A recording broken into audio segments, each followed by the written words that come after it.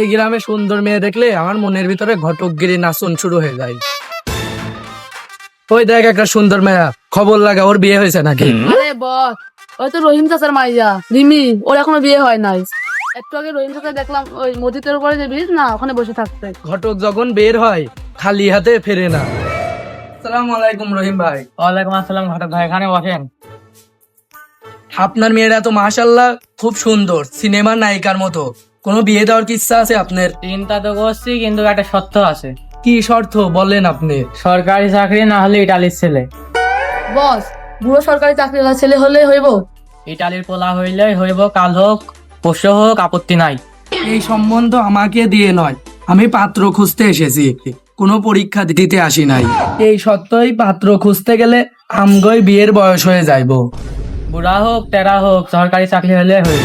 ওই রিমি, মা বাইরে আই, তোকে দেখতে লোক আইছে। আল্লাহ আল্লাহর রহমতে খুব ভালো মাইয়া আমার। আচ্ছা মা, তোমার নাম কি? তোমার নাম কি মা? আচ্ছা মা, তুমি রান্না বান্না পারো? ঘরের কাজ সব পারো? তাহলে তো ঠিক মতো একটা মাইয়া পাইছি, পারফেক্ট মাইয়া। তাহলে তো তুমি সোনার টুকরা। বস, এই সম্বন্ধ তো আজকেই পাক্কা। একটা কথা আগে কই, আমার মেয়া কথা বলতে পারে না, ছোটবেলা থেকেই বোবা। চল চল, এখান থেকে কাইটটা পড়ি আমরা। কিন্তু রান্না বান্না ঘরের কাজ সবই পারে। বস, কাইটা করি, না হলে আবার নতুন সত্য শুরু হবে। এত তাড়াহুড়া করে কোথায় যান? আগে সরকারি চাকরি নয় ইটালির পোলা খুঁজি, তারপরে নয় দেখা করব।